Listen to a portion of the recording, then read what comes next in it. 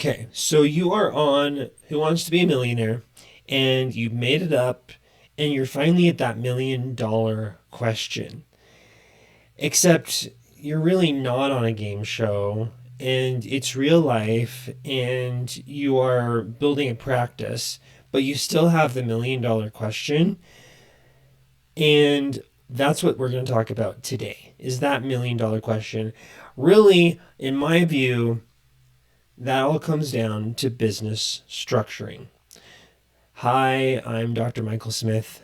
I am a naturopathic doctor and naturopathic medical doctor, formerly in Idaho.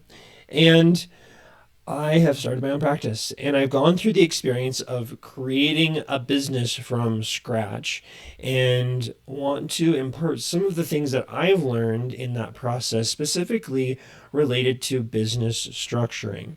It's one of the first decisions that you will make when starting a practice, and there's a lot that goes into it. As I talk about this, I'm going to give my big caveat that this is not intended as legal advice. If you have specific questions about your individual situation, there are amazing business lawyers out there who can answer them better than I can. I'm just coming from my experience as an entrepreneur and as somebody who has gone through this. And so I hope it's helpful. There are two main categories that we're going to talk about today. Number one is the formal structure, really relating to liability, and number two, the financial end, more of the taxes and things like that. We'll get there. First of all, liability is in starting a practice. It's going to make sense, I think, for many people, and the many people that I know who have started a practice, start an LLC or Limited Liability Corporation. What is an LLC, and why should it be considered as the business structure of choice? Well, first of all, there's several different business structures.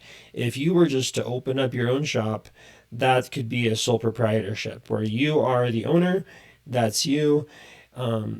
But if there's something that goes on with the business, say you make a mistake or whatever, somebody sues the business, then you're on the hook for everything because of the way that you're structuring that business.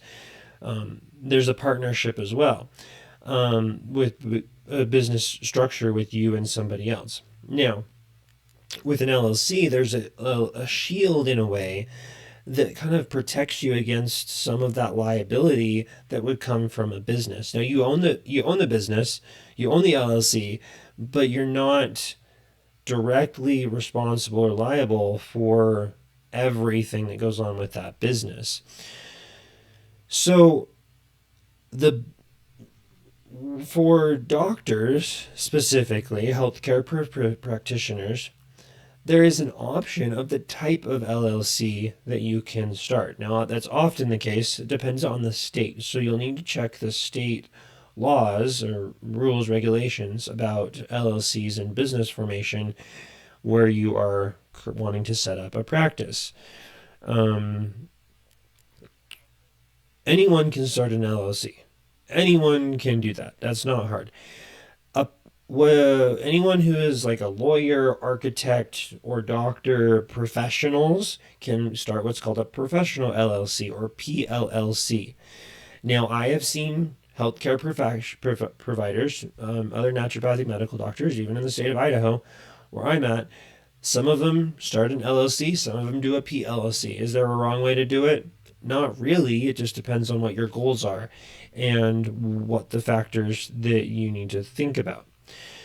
The main difference, the difference between them is the main advantage for a PLLC is that if you go into practice with another person, so there's two partners, say you and another doctor, let's just call him Dr. Joe. Dr. Joe is practicing, you're practicing, you both are partners in the LLC.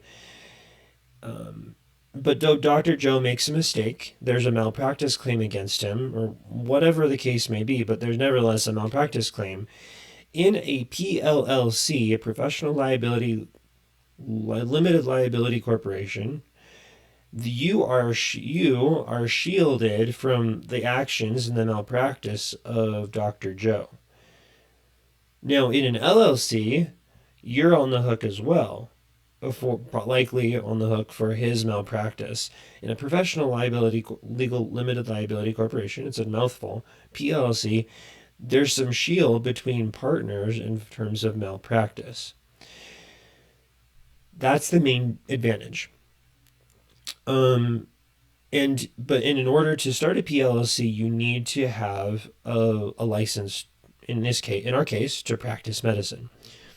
So my decision making when I started out, I was graduated. I took the NPLEX, which is licensing examination, and I was waiting for results. I wanted to start my process of building just all of the legal things required to start a business. I was toying with the idea of, what do I want to do, a PLLC or do I want to do an LLC? What's the advantage for me?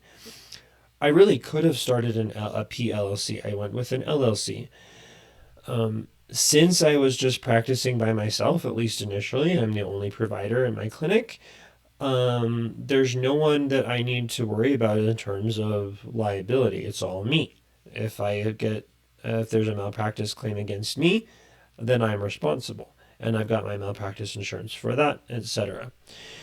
So that's one of the reasons why I didn't start a PLLC. The second reason is that I wanted to start the application process for my LLC before I had officially gotten my license back. And honestly, it was a matter of like a week or two, not very long. But I just wanted to get that ball rolling so that by the time I got my license back, I could just start practicing and start working. And anyone can start an LLC. So anyone, including me, who was a soon-to-be doctor, graduated but not yet a licensed, I started a business. Did I work in that business? Did I practice? No, because I didn't have a license, but I still started a business and started that legal structure. In Idaho, it was a pretty smooth process. Going online, filled out an application, paid a $100 fee. I think I paid a $40 fee to expedite it. But overall, even with expedited, it came back the next day or two. Like, it was pretty fast process. So that is with a state. You're establishing yourself as a business with a state, and you can choose PLLC or LLC depending on the type of practice that you want to start. Things to think about. After I started my LLC, I got an employer identification number, or EIN. This is a number that you get from the IRS. And it's much the same as a social security number or tax identification number is to a person. An EIN is for a business. And that was also a fairly straightforward process. There's an online application. I will put the link to that in the video description below, of how to apply for an EIN. You have to have your own tax ID number. So for American citizens, that's a social security number. There's other tax identification numbers if you're don't have a social. You do need to know what type of entity you are creating, whether it's an individual, a partnership, like a sole proprietorship, a partnership, an S Corp, and so forth. We'll talk more about S Corps in a minute. And just a few other pieces of information about your business. You need to have filed with the state first, if I remember correctly. And you fill it out, and then it generates your EIN right there for you. One thing to keep in mind is don't rush this process, because once it pops up, you need to save it. You can save it as a PDF. I printed it out and saved it, because it doesn't pop up again for some reason. At least that's how I remember. So be ready to save it, print it, write it down, things like that. You'll need this information, this EIN, for taxes. If you hire people, it'll go on their W-2. And it's just used for business tax purposes. You also need your EIN to get a bank account. And I'll talk about bank accounts in another video.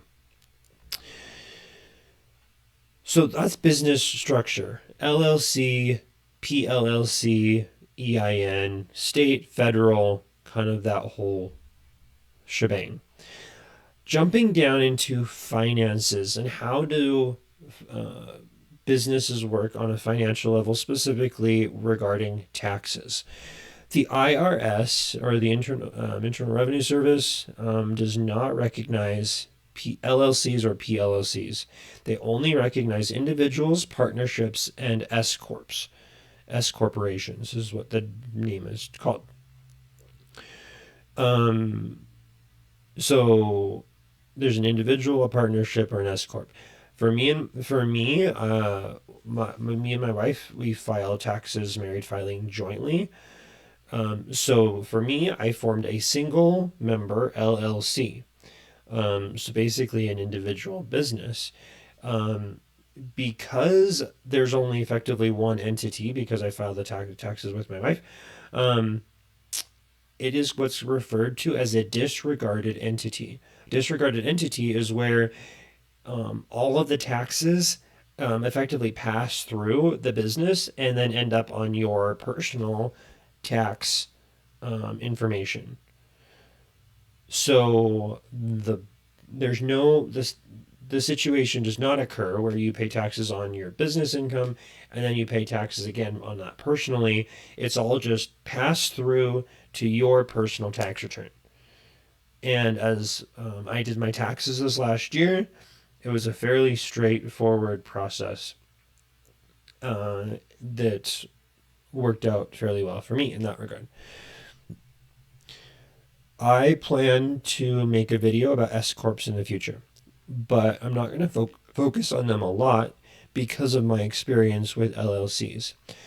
When I was starting, I was thinking about, do I file taxes as an individual like I did, or do I file it as an S Corp? S Corp comes in more into play with taxes than it does with the licensure or the state filing, like we talked about earlier in the video. For me, as a small business, small practice, operating fairly simply, I started as a single member LLC. I was talking to an accountant about this, and the things that I learned from them is that it makes sense to start to jump and change to an S Corp when I have more income, and also when I have more employees. And I can't exactly remember all the details behind that, but more income, more cash flow in the business, plus employees, that's when it would make sense for me to jump into an S Corp instead of filing as an individual LLC. So as a owner of LLC, as I mentioned, you're not going to be double taxed. It's only filed once, especially if that's a single member LLC. And an important distinction with employees, which will be the subject of many videos likely in the future. If you own the LLC, you are not the employee. I was going to set up my sales tax to be able to sell things and to be able to charge sales tax in Idaho. And as I was doing that, there was an online form again. A lot of it was asking about how many employees do you have? And if you have employees, then you need to carry workers' compensation insurance, things like that. For me, as an owner, I'm not, in that case, I was not considered an employee, but it's something to keep in mind. So you're not an employee, you're not double taxed, and ultimately, if you do file as an S Corp, the tax return form that you get is called a K-1. We're used to 1099s or W-2s. The one you get for an S Corp is called a K-1, and that's what you use to file your personal taxes.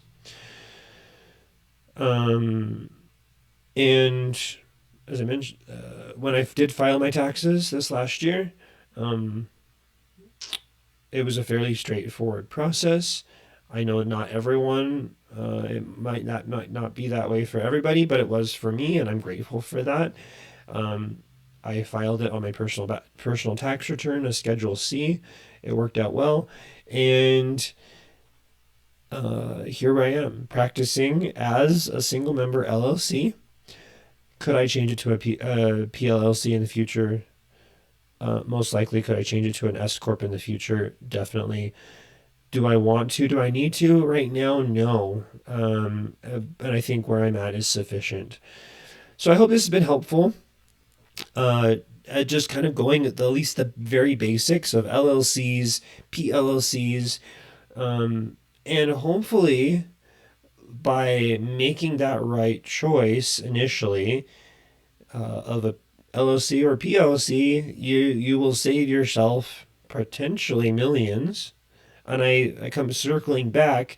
The $1 million question, I think, really comes of how much shielding and protection do you want to have against the malpractice of your partner, business partner. And I think that's where the idea for the $1 million question came to mind.